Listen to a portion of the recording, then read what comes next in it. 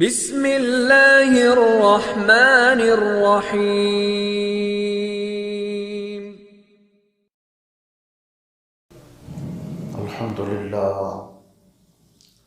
الحمدللہ وحدہ والصلاة والسلام علی من لا نبی بعدہ وعلى آلہ وصحبہ دائما ابدا، اما بعد فاعوذ باللہ من الشیطان الرجیم، بسم اللہ الرحمن الرحیم۔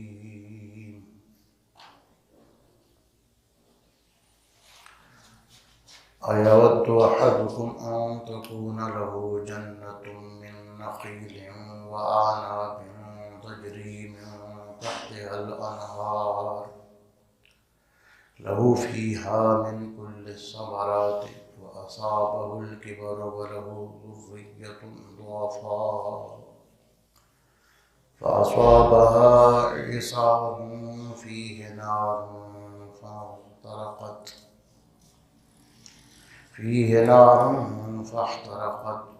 كذلك يبين الله لكم الآيات لعلكم تتفكرون۔ يا أيها الذين آمنوا أنفقوا من طيبات ما كسبتم ومما أخرجنا لكم من الأرض ولا تيمموا الخبيث منه تنفقون ولستم بآخذيه إلا أن تغمضوا فيه واعلموا أن الله غني حميد۔ الشيطان يعدكم الفقر ويأمركم بالفحشاء والله يعدكم مغفرة منه وفضلا والله واسع عليم۔ يؤتي الحكمة من يشاء ومن يؤت الحكمة فقد أوتي خيرا كثيرا وما يذكر إلا أولو الألباب۔ وما أنفقتم من نفقة أو نذرتم من نذر فإن الله يعلمه وما للظالمين من أنصار۔ إن تبدوا الصدقات فنعما هي وإن تخفوها وتؤتوها الفقراء فهو خير لكم ويكفر عنكم من سيئاتكم والله بما تعملون خبير۔ ليس عليك هداهم ولكن الله يهدي من يشاء وما تنفقوا من خير فلأنفسكم وما تنفقون إلا ابتغاء وجه الله وما تنفقوا من خير يوفى إليكم وأنتم لا تظلمون۔ للفقراء الذين أحصروا في سبيل الله لا يستطيعون ضربا في الأرض يحسبهم الجاهل أغنياء من التعفف تعرفهم بسيماهم لا يسألون الناس إلحافا وما تنفقوا من خير فإن الله به عليم۔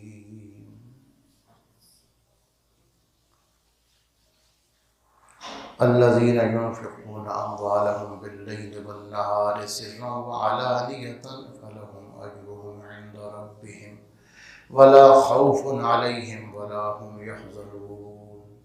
صدق اللہ مولانا العظیم۔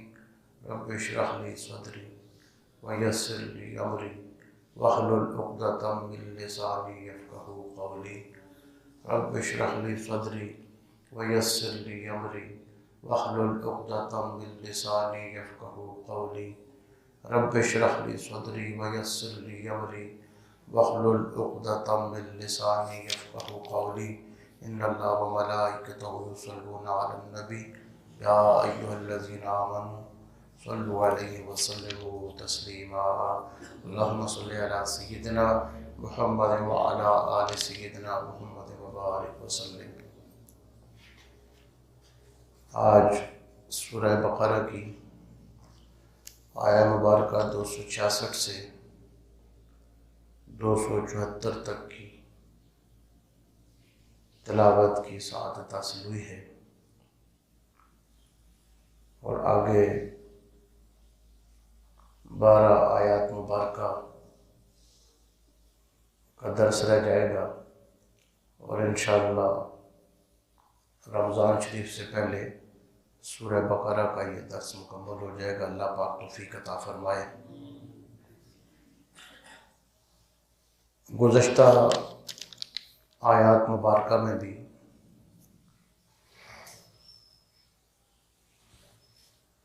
اللہ کی راہ میں خرچ کرنا،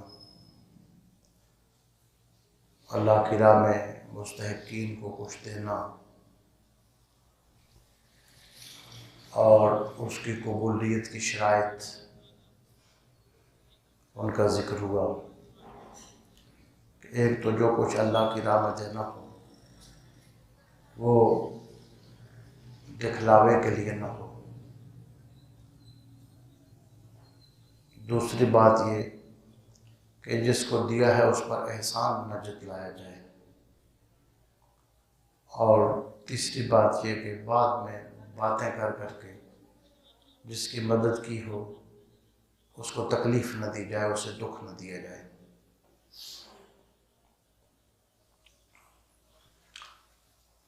اب چوتھی چیز کا بیان ہے کہ خرچ کیا کرنا ہے۔ یا ایھا الذین آمنوا، اے ایمان والو، انفقوا، اللہ کی راہ میں خرچ کرو، من طیبات ما کسبتم، اپنی کمائی ہوئی پسندیدہ چیزوں میں سے، ومما اخرجنا لکم من الارض، اور ان چیزوں میں سے خرچ کرو جو ہم نے زمین سے تمہارے لیے پیدا کی ہیں، ولا تیمموا الخبیث منہ تنفقون ولستم بآخذیہ الا ان تغمضوا فیہ، اور اللہ کے راستے میں ناقص اور گھٹیا چیزیں دینے کا ارادہ نہ کرو کہ تم اس سے خرچ کرتے ہو حالانکہ تم خود اسے لینے والے نہیں ہو، ہاں مگر یہ کہ اس میں تم چشم پوشی کر لو اور جان لو، یقین کر لو کہ اللہ بہت بے نیاز اور لائق تعریف ہے۔ اللہ کی راہ میں جو چیز دی جائے، بتایا کہ ما کسبتم، جو تم کماتے ہو، جو کمائی ہے تمہارے پاس، اس میں سے اللہ کی راہ میں دو۔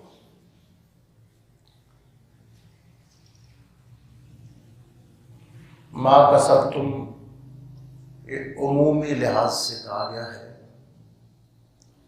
کہ زیادہ تر بندوں کے پاس جو دولت آتی ہے، مال آتا ہے، اس میں اس کی محنت کا، مزدوری کا، خون پسینے کا دخل ہوتا ہے،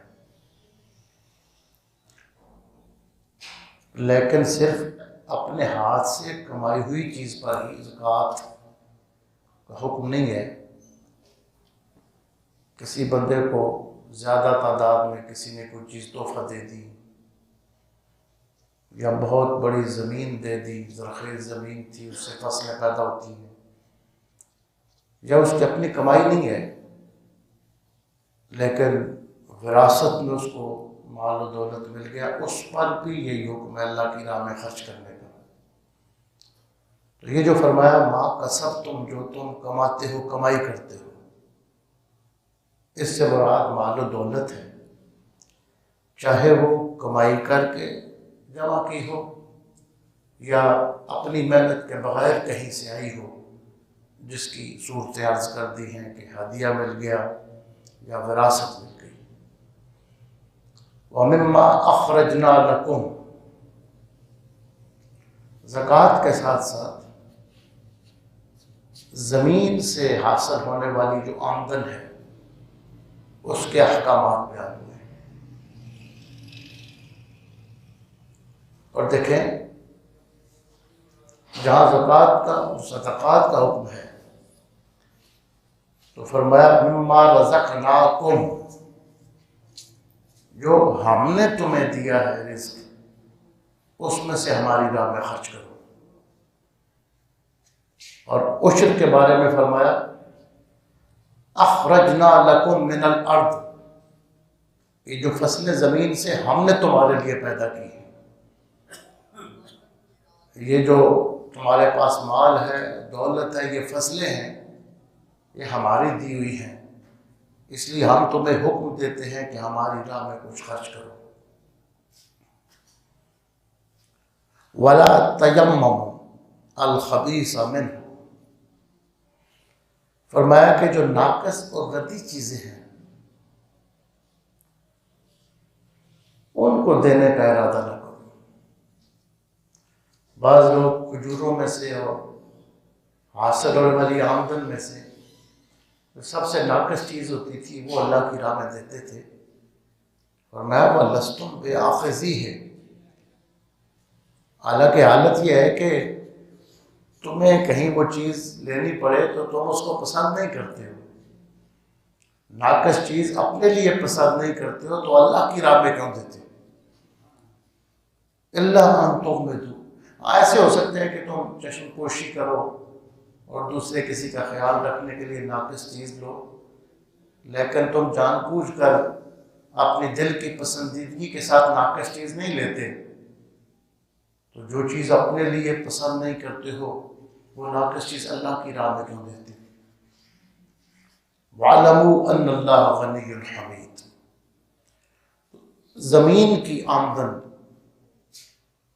اس کی دو صورتیں ہیں.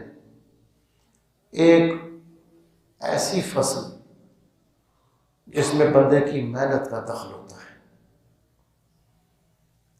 اس کو آبی زمین کہا جاتا ہے.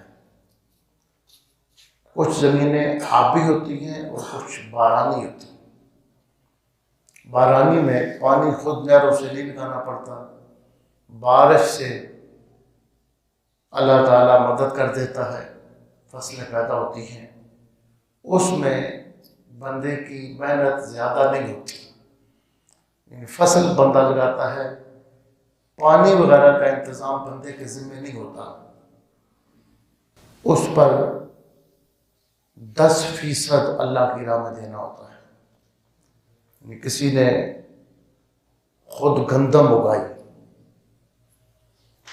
اور اس میں سے اس کو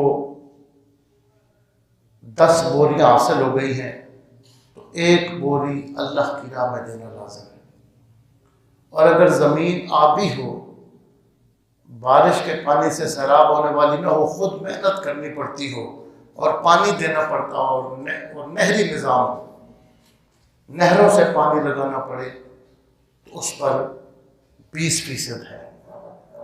اس 100 میں سے پھر وہ 5 بوریاں آئے گی، 10 نہیں آئے گی.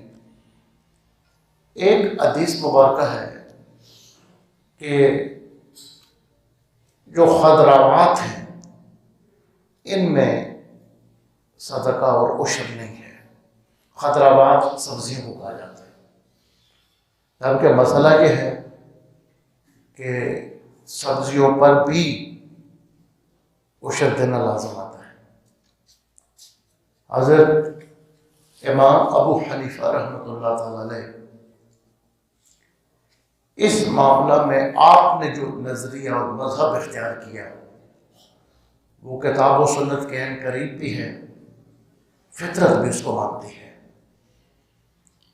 امام صاحب یہ فرماتے ہیں کہ باقی جو عشر زمینوں میں سے فصلوں کا دینا ہوتا ہے، گندم ہے، جو ہے، جوار ہے، وہ حکومت اس کو کلیکٹ کرے گی اور مستحقین تک پہنچائے گی. اور سبزیوں کا مسئلہ یہ ہے کہ یہ حکومت کی ذمہ داری نہیں ہے، ہر بندہ اپنے طور پر جو اس کی فصل سبزیوں کی جو اسے آمدن حاصل ہوتی ہے اس میں 10% اللہ کی راہ میں دیتے ہیں، اور اگر بارانی ہے تو اس میں سے 20%، 10%، اور اگر آبی ہے تو 20%۔ امام ابو حنیفہ رحمۃ اللہ تعالی علیہ فطرت پر بہت گہری نظر رکھتے تھے۔ وہ یہ فرماتے ہیں کہ سبزیاں بہت جلدی خراب ہونے والی چیزیں ہیں۔ اتاری ہوئی سبزی بہت زیادہ، کوئی موسم اچھا ہو تو 4-5 دن رہ جاتی ہے، 10 دن رہ جاتے ہیں، تو اگر وہ اپنے پاس رکھے گا پھر گورنمنٹ کے دفاتر تک پہنچائے گا تو سبزیوں کے خراب ہونے کا اندیشہ ہوتا ہے۔ اس لیے ہر ایمان والا بندہ خود اپنی ضرورت، اپنی ذمہ داری کو محسوس کرے، اور سبزیوں میں سے اگر اسے 10 بوریاں حاصل ہوتی ہیں تو 1 بوری خود ہی اللہ کی راہ میں مستحقین تک پہنچا دے۔ وہ فرماتے ہیں اس کا مطلب یہ ہے سبزیوں پر جو آمدن سبزیوں کی ہے اس پر عشر نہ ہونے کی، عشر ہوتا ہے لیکن وہ دوسروں کی طرح نہیں ہوتا جو محفوظ رہنے والی آمدن ہوتی ہے، محفوظ رہنے والا جو غلہ ہوتا ہے۔ تو سبزیاں جلدی خراب ہو سکتی ہیں، لہذا وہ تازی اتار کر جتنا جلدی ہو سکے اس میں سے 10واں حصہ مستحقین تک پہنچا دے۔ امام ابو حنیفہ رحمۃ اللہ علیہ اس حدیث کا یہ محمل بیان کرتے ہیں اور اس کا مقصد بیان کرتے ہیں، اس کی فقہ اور حکمت بیان کرتے ہیں، جس حدیث میں آتا ہے کہ سبزیوں میں سے عشر نہیں۔ بات سمجھ آ گئی ہے نا؟ الشیطان یعدکم الفقر ویأمرکم بالفحشاء واللہ یعدکم مغفرۃ منہ وفضلا۔ قرآن مجید کی ہر آیات کے اندر فصاحت ہے، بلاغت ہے۔ یہاں وہ جو تجلیس ہے اور جناس تام ہے، 2 الفاظ ایک جیسے لیکن ایک جگہ اس کا ترجمہ اور ہے، دوسری جگہ اس کا ترجمہ اور ہے۔ یعدکم، شیطان یعدکم، واللہ یعدکم۔ اللہ کے لیے بھی یعدکم کا لفظ آیا ہے اور شیطان کے لیے بھی یعدکم۔ فرمایا شیطان تمہیں فقر سے ڈراتا ہے، تنگ دستی سے۔ فقر کیا ہے؟ محتاجی کو کہتے ہیں، اور اس کی لغوی تشریح یہ ہے جس بندے کی کمر کے مہرے ٹوٹ جائیں اور وہ چلنے پھرنے سے معذور ہو جائے، لغت عرب میں اس کو فقار کہا جاتا ہے۔ فا، قاف، الف اور را۔ جس بندے کے مہرے کام کرنا چھوڑ دیں اور کمر کے مہرے ٹوٹ جائیں یا بیکار ہو جائیں اور وہ چلنے پھرنے سے معذور ہو جائے، اسے فقار کہا جاتا ہے۔ اسی سے یہ لفظ فقر نکلا ہے۔ اور فقیر اس بندے کو کہتے ہیں جو اپنی زندگی کی ضرورتوں میں اوروں کا محتاج ہو، وہ خود اپنی ضرورتوں کو پورا نہیں کر سکتا۔ تو فقر محتاجی کے معنی میں ہوتا ہے، اس کی لغوی تشریح بھی عرض کر دی ہے۔ شیطان تمہیں محتاج ہونے سے ڈراتا ہے۔ یہ اللہ کی راہ میں دینے والوں کو ایک نصیحت کی جا رہی ہے کہ جب اللہ کی راہ میں دینے لگو گے تو شیطان تمہیں ڈرائے گا، وہ آ کے دل میں یہ وسوسہ پیدا کرے گا کہ تم نے 1000 میں سے اگر 100 روپیہ دے دیا تمہارے پاس تو 900 رہ جائیں گے، اور تم اگر یہ آگے خرچ کر دو گے تمہارے پاس کیا رہ جائے گا، تم محتاج ہو جاؤ گے۔ تو یہ صدقہ دیتے وقت بھی شیطان وسوسے ڈالتا ہے۔ حضرت شاہ عبد العزیز صاحب محدث دہلوی رحمۃ اللہ تعالی علیہ نے اس مقام پر تفسیر عزیزی میں ایک واقعہ لکھا ہے سمجھانے کے لیے۔ وہ بظاہر تو ممکن ہے کوئی واقعہ ہوا ہو اور ایک لطیفے کی صورت بھی بن جاتی ہے، لیکن شاہ عبد العزیز صاحب نے یہ تفسیر عزیزی میں، فتح العزیز میں یہ بات لکھی کہ ایک بزرگ عالم تھے تو وہ اللہ کی راہ میں دینے کے فضائل بیان کر رہے تھے، اور پھر اس مقام پر کہ جب اللہ کی راہ میں دینے لگو تو شیطان وسوسہ ڈالتا ہے کہ تو خرچ کر دے گا، تیرے پاس کیا رہ جائے گا، تو محتاج ہو جائے گا، تیرے بچے کیا کھائیں گے. وَاللَّهُ يَعِدُكُم مَغْفِرَةً مِّنْهُ. فرمایا شیطان تمہیں محتاجی کا ڈراوا دیتا ہے اور اللہ تم سے مغفرت کا وعدہ فرماتا ہے. یہ یعدکم، یہ اس کو جناس کہتے ہیں. یعد ہے، اس کا ایک معنی ہے ڈرانا، ایک معنی ہے وعدہ کرنا. شیطان کے لیے ہے وہ ڈرانے کے معنی میں ہے، اور اللہ کے لیے وہ وعدہ کے معنی میں. یعدکم. تو شاہ عبد العزیز صاحب کہتے ہیں کہ بزرگ تقریر کر رہے تھے اور انہوں نے کہا مسجد میں کہ اللہ کی راہ میں بندہ دے تو شیطان وسوسے ڈالتا ہے. تو ایک بندہ تھا وہ ان چیزوں سے گزر رہا تھا، تو اس نے کہا کہ میں دیکھتا ہوں شیطان کیسے مجھے ڈالتا ہے. اس نے کہا آج میرے گھر جو کچھ ہے نا وہ سارا جا کر اللہ کی راہ میں دے. وہ بڑے جوش اور جذبے میں اٹھ کر اپنے گھر گیا، جو کچھ سونا چاندی پیسہ تھا وہ سارا اٹھایا اور کہنے لگا کہ میں اللہ کی راہ میں دینے کے لیے جاتا ہوں. بیوی اٹھ کے کھڑی ہو گئی، اس نے شور مچا دیا. اس نے کہا بچوں کو بھوکا مارے گا، سارا اللہ کی راہ میں تو دینے کے لیے جا رہا ہے. مجبور ہو کے بیٹھ گیا. تو دوسرے دن ٹھنڈا سا ہو کر آیا تو بزرگوں نے کہا کہ پھر کیا ہوا اللہ کی راہ میں سارا خرچ؟ میں نے کہا تھا نا کہ شیطان خرچ نہیں کرنے دیتا.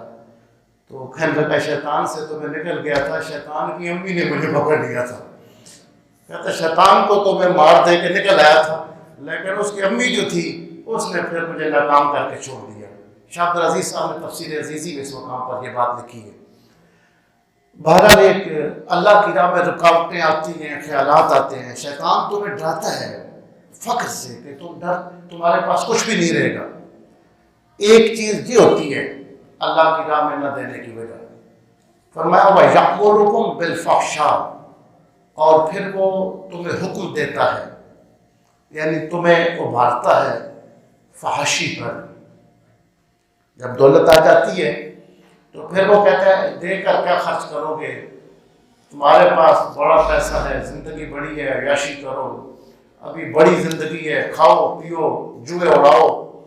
اب وہ ان چیزوں میں دولت آ جانے کے بعد پھر اللہ کی راہ میں نہ خرچ کرنے کی ایک وجہ یہ ہوتی ہے کہ لوگ عیاشیوں میں پڑ جاتے ہیں، اور وہ جو پیسہ اللہ کی راہ میں خرچ کرنا ہوتا ہے اس کے بجائے وہ فضول کاموں میں خرچ کرنا چاہتے ہیں.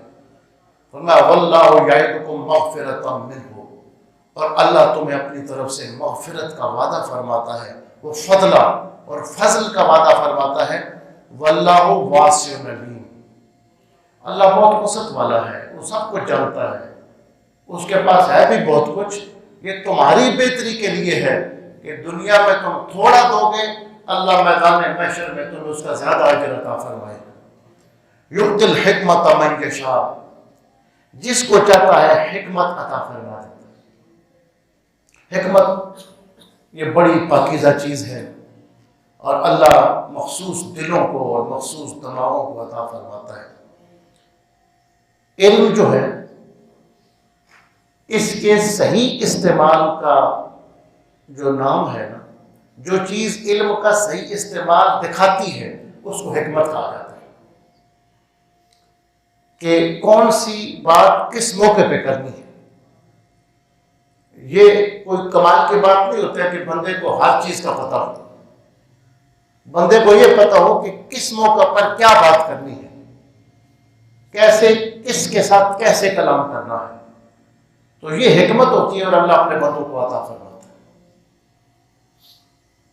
اور اگر حکمت نہ ہو تو علم جو ہے وہ وبال جان بن جاتا ہے. اس کی مثالیں پہلے بھی آپ کے سامنے دی ہیں. ایک بندہ اس نے میٹرک پاس کیا اور بورڈ میں اچھے نمبر لے لیے، اور آپ کا وہ دوست تھا اور ملاقات نہیں ہوئی آپ کی. اس دوران اس کے والد کی ڈیتھ ہو گئی، اس کا والد انتقال کر گیا. تو آپ کو معلوم بھی ہے کہ 3 دن پہلے اس نے بورڈ میں پوزیشن لی ہے.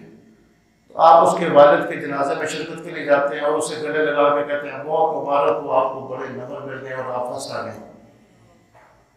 تو یہ انتہائی غیر نامناسب حرکت ہے، غیر اخلاقی حرکت ہے، غیر مناسب حرکت ہے کہ بندے کا باپ مرا ہوا ہے اور آپ اس کو مبارکباد دے رہے ہیں. یعنی آپ کو یہ پتہ تو ہے کہ بندہ اس نے پوزیشن لی ہے، اور آپ کو یہ بھی پتہ ہے کہ جس کو پوزیشن حاصل ہو اس کو مبارک دینی چاہیے، لیکن آپ کو حکمت کا علم نہیں ہے کہ کس جگہ کیسے کس چیز کا ذکر کرنا ہے۔ تو حکمت ایک پاکیزہ چیز ہے، فرمایا یؤتی الحکمۃ من یشاء، وہ جس کو چاہتا ہے حکمت عطا فرماتا ہے۔ ہم جو علاج کرنے والوں کو حکیم کہتے ہیں، یہ ہمارا اردو میں یہ رائج ہے، اور عربی زبان میں جو دانا اور فلسفی لوگ ہوتے ہیں ان کو حکیم کہا جاتا ہے، جس طرح شاہ ولی اللہ مقدس دہلوی ہیں، ابو علی سینا ہیں، ہمارے بر صغیر میں حکیم الامت علامہ محمد اقبال رحمۃ اللہ تعالی علیہ۔ یہ ایسے ہی ہے جیسے ڈاکٹر کا لفظ ہے نا ہمارے ہاں، تو حضرت علامہ اقبال جو تھے یہ PhD ڈاکٹر تھے، تو میں ان کے حالات میں پڑھ رہا تھا کہ ان کے ایک دوست ان کو ملنے کے لیے آئے، تو ان کا باورچی ساتھ تھا کھانے پکانے والا، تو کہنے لگا یہ ڈاکٹر صاحب ہیں آپ جن کا ذکر اپنی محفلوں میں کرتے ہیں؟ انہوں نے کہا یہ وہی ڈاکٹر صاحب ہیں۔ تو کہنے لگا ان سے ذرا پوچھے نا، میرے معدہ خراب ہے، اس کے لیے کوئی گولی مجھے لکھ دیں۔ اب وہ یہ سمجھتا تھا کہ علامہ اقبال جو ہیں تو وہ ٹیبلٹ لکھ کے دینے والے ڈاکٹر ہیں، جبکہ وہ تو PhD ڈاکٹر کے مفہوم میں ان کا ذکر کر رہے تھے۔ تو حکیم جو ہے یہ داناؤں کو کہا جاتا ہے، جس طرح لقمان حکیم ہے، ان کی حکمتوں کا قرآن میں بیان ہوا اور حدیث مبارکہ میں حضور نے ان کی حکمت کا ذکر فرمایا۔ وَمَن یُؤْتَ الْحِکْمَةَ فَقَدْ أُوتِیَ خَیْرًا کَثِیرًا، جس کو حکمت دی گئی اسے خیر کثیر دی گئی۔ وَمَا يَذَّکَّرُ إِلَّا أُولُو الْأَلْبَابِ، اور نصیحت کو وہی لوگ قبول کرتے ہیں جو عقل والے۔ وَمَا أَنفَقْتُم مِّن نَفَقَةٍ أَوْ نَذَرْتُم مِّن نَذْرٍ فَإِنَّ اللَّهَ یعلم، تم اللہ کی راہ میں جو خرچ کرتے ہو یا جو تم نظر مانتے ہو۔ نظر یہ ہوتی ہے کہ ایک بندہ بیمار ہے اور وہ کہتا ہے کہ اگر میں ٹھیک ہو گیا تو میں مسجد میں چٹائیاں بچھا دوں گا، کولر لگوا دوں گا، کسی غریب کی مدد کر دوں گا، بکرا ذبح کر دوں گا، یا میں سورۃ یاسین شریف کا ختم پڑھوں گا، یا کہتا ہے کہ اگر میں ٹھیک ہو گیا تو میں اتنی مرتبہ سورہ اخلاص پڑھوں گا۔ یہ جو اس کو نظر کہا جاتا ہے، اور کام ہو جانے کے بعد نظر کا پورا کرنا یہ واجب ہوتا ہے، اگر بندہ نہ کرے تو گنہگار ہوتا ہے۔ اس کو نظر واجب، یہ صدقات واجبہ میں آتا ہے۔ اس میں ایک پھر تفصیل ہے کہ کسی بندے نے اگر گناہ کی نظر مان لی ہے، گناہ کی منت مان لی ہے، تو پھر وہ کیا کرے؟ مثلا اس نے کسی بات پر یہ کہہ دیا کہ اگر یہ بات ہو گئی تو آئندہ فلاں رشتہ دار کے گھر میں کبھی نہیں جاؤں۔ اب وہ بات تو ہو گئی، لیکن اس نے جو نظر مانی ہے یہ قطع رحمی کی ہے، یہ گناہ کی ہے۔ یہ خون کے رشتوں کو توڑنا اتنی خطرناک چیز ہے کہ حضور صلی اللہ تعالیٰ علیہ وسلم فرماتے ہیں کہ جو بندہ خون کا رشتہ جس نے توڑا ہوا ہو، بلا وجہ اپنے رشتہ داروں سے ناراضگیاں پار رکھی ہوں اور آنا جانا چھوڑا ہو، تعلقات ختم کیے ہوئے ہوں، تو حضور نے فرمایا کہ وہ جس محفل میں ایک بندہ ایسا بیٹھا ہوا ہو وہاں کسی کی دعا قبول نہیں ہوتی۔ قطع رحمی کی اتنی مذمت ہے، اور بندے نے قطع رحمی کی منت مان لی۔ تو اس پر ہمارے امام ابو حنیفہ رحمۃ اللہ علیہ فرماتے ہیں کہ اس کے لیے واجب ہے کہ وہ اس نظر کو توڑے، یعنی وہ اس نظر کو توڑے، اور جو جس کام سے اس نے کہا تھا کہ نہیں کروں گا وہ کام کرے۔ اور پھر اس کا حل کیا ہے؟ فرمایا جس طرح قسم کا کفارہ ہوتا ہے اس طرح وہ اس نظر کو توڑنے کا کفارہ دے، یا تو 10 مسکینوں کو کھانا کھلائے 2 ٹائم کا، یا پھر ان کو 2 کپڑے پہنا دے، اگر یہ نہیں کر سکتا تو 3 دن کے روزے رکھے، لیکن گناہ کی جو منت مانی تھی اس کو ختم کرے۔ وہ کہتے ہیں اس کے لیے ضروری ہے کہ وہ اس کو توڑے، اور توڑنے کے بعد اس کا کفارہ ادا کرے اور اللہ تعالیٰ کی ناراضگی کے اسباب سے اپنے آپ کو نکالے۔ حضرت ملا احمد جیون رحمۃ اللہ تعالیٰ علیہ نے جو احکام القرآن کی ہمارے بر صغیر میں جو پہلی کتاب لکھی گئی ہے اورنگزیب عالمگیر کے دور میں، وہ 500 آیات جو احکام کی ہیں، قرآن مجید کی آیات احکام ہیں، جہاں پہ نکاح کے مسائل آئے تو وہاں ایک ایک مسئلے کا ذکر کر دیا، جہاں بندہ مر جائے اور عورت بیوہ رہ جائے وہاں عدت کے مسائل ہیں، اسی طرح طلاق کے مسائل ہیں، زکوٰۃ کے مسائل ہیں، اور دیگر جو مسائل ہیں ہمارے نماز کے ہیں، حج کے ہیں، جو احکام کی آیات ہیں 500 آیات، بڑے صغیر میں اس پہ جو بڑا کام ہوا ہے سب سے پہلے وہ حضرت ملا جیون رحمۃ اللہ تعالیٰ علیہ نے کیا۔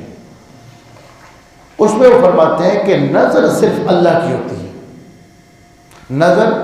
نظر اللہ کی ہوتی ہے، اور پھر انہوں نے وہاں مثالیں دی ہیں کہ ایک بندہ یہ نظر مانتا ہے کہ اگر میرا یہ کام ہو گیا تو میں اللہ تعالیٰ کی راہ میں ایک بکرا ذبح کروں گا، اور نیت اس نے کسی جگہ کی مان لی، کوئی یتیم خانہ تھا تو اس نے کہا کہ یہ ذبح کر کے فلاں یتیم خانے میں اس کا گوشت پہنچاؤں گا، تو اب صرف ذبح کرنے سے اس کی منت پوری نہیں ہوگی، ذبح کر کے وہاں پہنچائے گا تو منت پوری ہے۔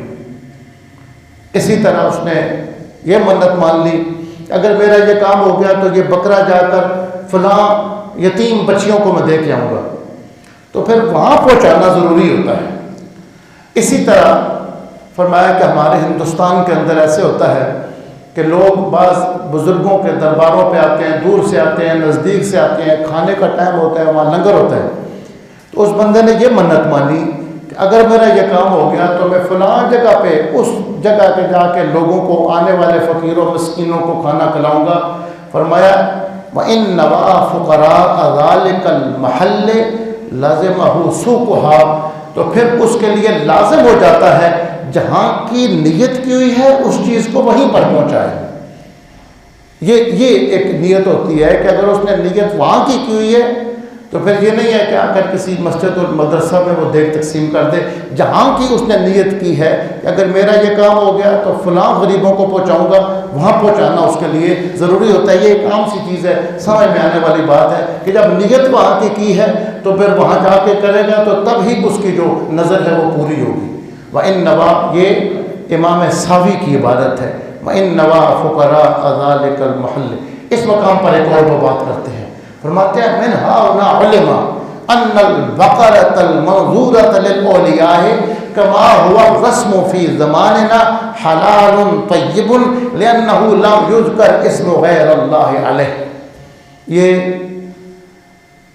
التفسیرات الاحمدیہ کی عبارت ہے۔ کہتے ہیں کہ اس سے ایک بات یہ بھی معلوم ہو گئی کہ اگر کسی بندے نے کوئی بکرا مانا ہوا تھا اور جب ذبح کا وقت تھا تو بسم اللہ اللہ اکبر پڑھ کر اس نے ذبح کیا، اللہ کے نام پر وہ ذبح ہوا، وہ حلال ہے اور طیب ہے کہ اس پر ذبح کے وقت اللہ کا نام لیا گیا ہے۔ بلکہ ہمارے فقہاء نے تو یہاں تک لکھا ہے کہ اگر کسی بندے نے، ہندو تھا، اور اس نے یہ منت مانی ہوئی تھی کہ میرا کام ہو گیا تو میں فلاں بت کے نام پہ بکرا ذبح کروں گا، یہ شرک ہے۔ لیکن ہوا ایسے کہ جب وہ قصاب کے آگے وہ بکرا آیا تو وہ مسلمان قصاب کے پاس آ گیا، ہندو نے بت کے لیے بکرا رکھا ہوا تھا، اس کے نام پہ ذبح کرنا چاہتا تھا، لیکن ذبح کے وقت وہ مسلمان قصائی نے اس پہ چھری پھیرتے ہوئے بسم اللہ اللہ اکبر پڑھ دیا تو وہ حلال ہے کہ اس پر اللہ کا نام لے لیا گیا ہے۔ یعنی ذبح کے وقت کا اعتبار ہے کہ ذبح کے وقت، یہی وجہ ہے کہ ہمارے ہندوستان میں اس پر بڑا شور شرابہ ہوا کہ فلاں بازار پہ لوگ بکرا مان لیتے ہیں تو یہ اللہ کے نام کے علاوہ ہوتا ہے۔ اس پر حضرت سیدنا پیر میر علی شاہ صاحب رحمۃ اللہ علیہ نے پوری کتاب لکھی، وما احل بہ لغیر اللہ الا کلمۃ اللہ، اس کتاب کا نام ہے۔ آپ فرماتے تھے میرے پاس ذکر و اذکار لوگوں کو ملنے کا سے فراغت ہی نہیں ہوتی کہ میں کتابیں لکھوں، لیکن یہ مسئلہ اس لیے میں ضروری سمجھتا ہوں کہ لوگ اللہ کے حلال کو حرام کہتے ہیں، جس طرح حرام کو حلال کہنا گناہ ہے اس طرح حلال کو حرام کہنا بھی گناہ ہے، کہ جو چیز حلال ہے، کہ ذبح کے وقت کسی بھی بزرگ کا کوئی نام نہیں لیتا، ذبح اللہ کے لیے کیا جاتا ہے اور نیت یہ ہوتی ہے کہ یہ لوگوں کو میں دوں گا، اس کا ثواب اللہ کسی کی روح کو عطا فرما دے، وہ کوئی بھی بزرگ ہو سکتے ہیں۔ تو یہ اس کنسیپٹ کو کلیئر کرنا ضروری ہے کہ وقت ذبح کس کا نام لیا جاتا ہے؟ ذبح کے وقت صرف اور صرف اللہ کے نام پہ چیز ذبح کی جائے گی، اسی ذات جس نے پیدا کی ہے اسی کا حق بنتا ہے کہ اسی کے نام پر نظر مانی جائے اور اسی کے لیے چیز کو ذبح کیا جائے۔ وَمَا أَنفَقْتُم مِّن نَفَقَةٍ أَوْ نَذَرْتُم مِّن نَذْرٍ فَإِنَّ اللَّهَ يَعْلَمُهُ وَمَا لِلظَّالِمِينَ مِنْ أَنصَارٍ إِن تُبْدُوا الصَّدَقَاتِ فَنِعِمَّا هِیَ۔ فرمایا کہ اگر صدقات ہیں جو اللہ کی راہ میں دینا چاہتے ہو، زکوٰۃ ہے یا کوئی چیز، اگر تم ظاہر کرو اور دوسروں کو دکھا کر دو، لوگوں کو پتہ چلے کہ اس نے دی ہے، فَنِعِمَّا هِیَ، فرمایا یہ اچھی چیز ہے۔ وَإِن تُخْفُوهَا، دوسری صورت یہ ہے کہ آپ چھپا کے دیتے ہیں، کسی کو بتاتے نہیں ہیں، لوگوں کو نہیں پتہ چلتا، خاموشی سے پہنچاتے ہو، وَتُؤْتُوهَا الْفُقَرَاءَ، اور محتاج لوگوں کو دے دیتے ہو، فَهُوَ خَيْرٌ لَكُمْ، یہ تمہارے لیے زیادہ بہتر ہے، اس میں ریاکاری کا اندیشہ نہیں ہوتا۔ دونوں صورتیں، ایک بندہ اس لیے کسی کو نیکی کرتا ہے، لوگوں کو دکھا کے دیتا ہے کہ جب میں اللہ کی راہ میں دوں گا دوسروں کو بھی جذبہ پیدا ہوگا تو یہ اچھی بات ہے، لیکن کچھ صورتیں ایسی ہوتی ہیں جہاں بعض اوقات بندہ نہیں ظاہر کر سکتا، اس کی ہمارے علماء نے ایک مثال دی ہے کہ کوئی بندہ ایسا ہے جس کو یہ خطرہ ہے، اگر وہ 5 لاکھ روپے زکوٰۃ نکالتا ہے اور محلے میں لوگوں کو پتہ ہے کہ اس نے 5 لاکھ زکوٰۃ نکالی ہے، تو وہ کیلکولیٹ کر لیں گے اس کے پاس کتنے پیسے ہیں، تو اس کے دشمن پیدا ہو جانے کا خطرہ ہے، لوگ اس کے ساتھ حسد کریں گے، دشمنی کریں گے۔ اس صورت میں اس کے لیے بہتر یہ ہے کہ وہ خاموشی سے زکوٰۃ دے دے، جو کوئی دیتا ہے خاموشی سے کسی تک پہنچا دے، لوگوں کو پتہ ہی نہ چلے کہ اس نے کتنی زکوٰۃ دی۔ لیکن اگر کوئی لوگوں کو بتا کے دیتا ہے اور نیت اس کی یہ ہے کہ جب میں یہ کام کروں گا تو دوسروں میں بھی یہ خیر کا جذبہ پیدا ہوگا، تو یہ دونوں صورتیں جائز ہیں۔ ایک فقیہ تھے ہمارے ہزارہ کے، یہ جو نماز کے بعد یا جنازے کے ساتھ جو ذکر کیا جاتا ہے، عام کشمیر میں، ہزارے میں یا مری میں آپ جائیں تو جنازے کے ساتھ، تو وہ یہی دلیل دیتے تھے کہ کوئی بندہ اس لیے اونچا ذکر کرتا ہے کہ میں ذکر شروع کروں گا تو بات کرنے والے بھی ذکر شروع کر دیں، ورنہ الیکشن کے دن ہو تو جنازے کے ساتھ چل کے آپ دیکھیں ہر بندہ اپنی باتیں کر رہا ہوتا ہے۔ جو اگر دھرنا اسلام آباد میں کسی نے دیا ہوا ہو، آپ جنازے میں جا کے دیکھیں کوئی اکا دکا بندہ اللہ کو یاد کر رہا ہوگا، اپنی اپنی سیاسی باتیں ہو رہی ہوتی ہیں، اس موقع پہ بندہ اونچا ذکر شروع کر دیتا ہے تاکہ سارے فضول باتوں کے بجائے ذکر میں مصروف ہو جائیں، تو یہ اچھی بات ہے۔ ان تبدوا الصدقات، کوئی بھی نیکی کا کام اگر اس لیے دکھا کر کیا جائے اور بلند آواز سے کیا جائے اور دکھا کر کیا جائے، ذکر ہو تو اونچا کیا جائے کہ دوسروں میں بھی جذبہ پیدا ہو، تو وہ جائز ہے۔ اس کی وجہ یہ ہوتی ہے کہ ان تبدوا الصدقات، یعنی دونوں صورتوں کو جائز رکھا گیا ہے، دونوں صورتوں کو۔ اسلام میں اس قدر سختی نہیں ہے جتنی مسلمانوں میں ہے۔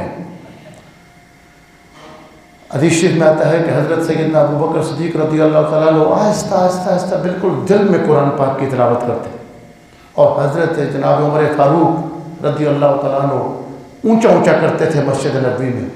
تو حضور کے پاس معاملہ پیش ہوا کہ ابو بکر صدیق آہستہ آہستہ تلاوت کرتے اور حضرت عمر اونچا اونچا، تو حضور نے فرمایا کہ ابو بکر کیوں آہستہ کرتے ہو؟ تو عرض کرنے لگے یا رسول اللہ، جس کو میں نے سنانا ہوتا ہے وہ دل کی بھی سنتا ہے، وہ آہستہ بھی سن لیتا ہے۔ فرمایا عمر تم کیوں اونچا تلاوت کرتے ہو؟ فرمایا یا رسول اللہ، سوتوں کو جگاتا ہوں، شیطان کو بھگاتا ہوں۔ فرمایا تم دونوں اپنی مقام پر ٹھیک ہو۔ اب پھر حضور نے حل نکالا، فرمایا ابو بکر تم تھوڑا سا آواز کو اونچا کر لو، عمر تم اپنی آواز کو تھوڑا آہستہ کر لو۔ تو یہ نبی پاک علیہ السلام کی حکمت تھی۔ ہمارے یہاں تو چھوٹی چھوٹی باتوں پر ایک دوسرے کو دین سے خارج کر دیتے ہیں، اسلام سے خارج کر دیتے ہیں، تو یہ اسلام کا اور پیغمبر کا مزاج نہیں ہے، اور پیغمبر لوگوں کو جنت کی طرف بلانے کے لیے آئے ہیں، دوزخ میں جھونکنے کے لیے نہیں آئے۔ لیس علیک ھداھم ولکن اللہ یہدی من یشاء۔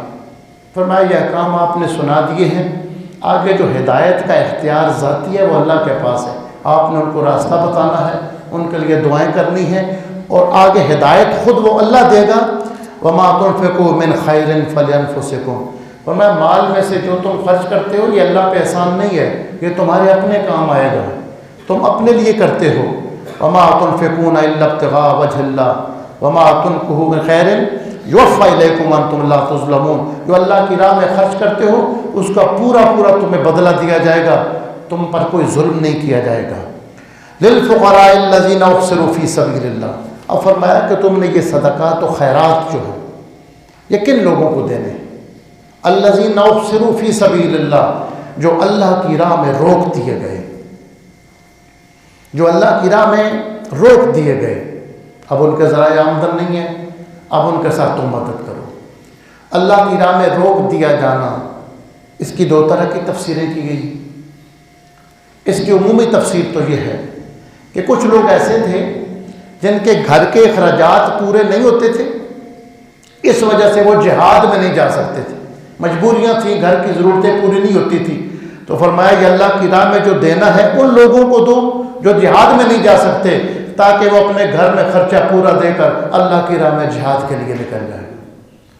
اور احصروا فی سبیل اللہ، اس کی ایک جو مفہوم اور تفسیر یہ ہے کہ وہ لوگ جو اللہ کی راہ میں اللہ کے دین کے لیے پابند انہوں نے اپنے آپ کو کر لیا، جس طرح اصحاب صفہ تھے، وہ کوئی کمائی نہیں کرتے تھے۔ اصحاب صفہ چند صحابہ کرام تھے جو مسجد نبی میں رسول پاک سے دین سیکھتے تھے۔ وہ فقراء اور غرباء لوگ تھے، کوئی ان کا ذرائع آمدن نہیں تھا، اور کئی مہینوں تک ان کے پاس کپڑے دھونے کے لیے دوسرا جوڑا نہیں ہوتا تھا، اور جب ان کے گرم کپڑوں سے پسینے کی جو مہک پیدا ہوتی تھی، وہ اصحاب صفہ ہیں، اس لیے میں جان بوجھ کر بدبو کا لفظ استعمال نہیں کرتا، وہ جو کہ مہک سی پسینے کی پیدا ہوتی تھی، تو کفار کہتے تھے اور دوسرے لوگ کہ آپ ان کو ہم سے الگ کر دیں، آپ ان کو زیادہ ٹائم نہ دیں، ہمارے پاس بیٹھا کریں، جب ہم لوگ بیٹھے ہوئے ہوں تو پھر یہ نہ بیٹھا کریں۔ تو اللہ تبارک و تعالیٰ نے حضور سے فرمایا وَاصْبِرْ نَفْسَكَ مَعَ الَّذِينَ يَدْعُونَ رَبَّهُمْ، فرمایا میرے حبیب یہ جو امیر لوگ ہیں اور زیادہ صفائی پسند ہیں، ان کو ان کے حال پہ چھوڑو، آپ ان کے ساتھ بیٹھو جو غریب مسکین ہے، میلے پچیلے کپڑے پہنے ہوئے ہیں، لیکن صبح و شام اللہ کی رضا کے لیے اللہ کی عبادت کرتے ہیں۔ وَلَا تَعْدُ عَيْنَاكَ عَنْهُمْ، میرے حبیب آپ کی نگاہیں ان سے ہٹنی نہیں چاہیے، ان کو صرف آپ کی نگاہ کی طلب ہے، یا آپ کی توجہ چاہتے ہیں، آپ ان سے اپنی توجہ نہ ہٹائیں۔ تو فرمایا کہ یہ جنہوں نے اپنے آپ کو دین سیکھنے کے لیے پابند کیا ہوا ہے، ان کی خدمت کرو۔